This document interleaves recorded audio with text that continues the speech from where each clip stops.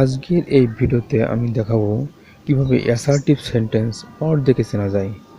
কোনো কিছু লাগবে না, শুধু ওয়ার্ডের মাধ্যমে আমরা অ্যাসার্টিভ সেন্টেন্সটা চিনে নিতে পারবো।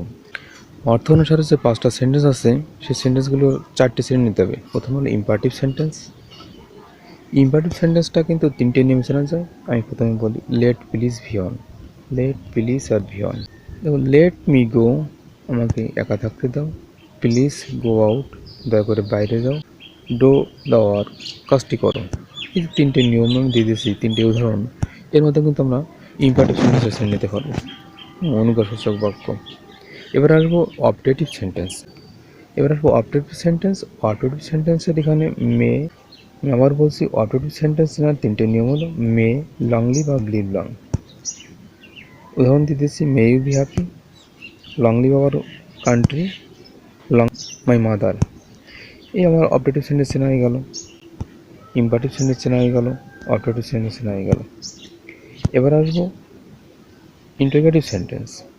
ইন্টারোগেটিভ সেন্টেন্স চেনার কিন্তু একটা মূল একটা নিয়ম হলো জিজ্ঞাসা চিহ্ন, note of interrogation.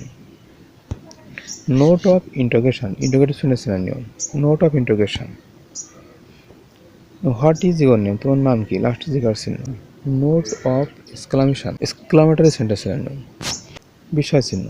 How nice the bird is, লাস্টে দেখো বিস্ময় চিহ্ন আছে। 4টে সেন্টেন্স চেনা হয়ে যাবে। আমি আবার বলি, ইম্পারেটিভ, অবজেক্টিভ, ইন্টারোগেটিভ আর এক্সক্লামেটরি। এই 4টে চেনার শেষে কিন্তু একটা জিনিস বুঝবো আমরা, মোট 8টা নিয়ম। লেট প্লিজ ভি অন, 3টে। মে, লং লিভ, লিভ লং আর 3টে, 6টা।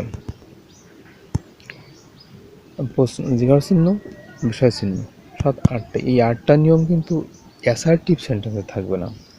এই অ্যাসার্টিভ সেন্টেন্স যেমন I eat rice, they go to school, এই যে we will sing a song, এখানে কিন্তু একটাও কিন্তু 8টা নিয়মের 8টা নিয়ম কিন্তু ওর ভিতর নাই।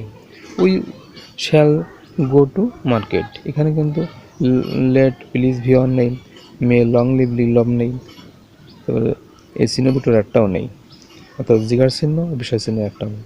তাহলে কিন্তু আমরা ওই সেন্টেন্সটাকে we shall go to college, আমরা উই শ্যাল গো টু কলেজকে আমরা কিন্তু কি অ্যাসার্টিভ সেন্টেন্স হিসাবে ধরে নিতে পারবো। তো এটাই ছিল আমার এই আজকের এই ভিডিওর মূল আলোচ্য বিষয়। আশা করি তোমরা জিনিসটা বুঝতে পারছ। আর যদি বুঝে থাকো, আমার এই ভিডিওর মাধ্যমে যদি কিছু সময় শিখতে পারো, তাহলে প্লিজ সাবস্ক্রাইব দিস চ্যানেল। এই চ্যানেলটাকে সাবস্ক্রাইব করবা, লাইক ও কমেন্ট করে আমার সাথে থাকবা।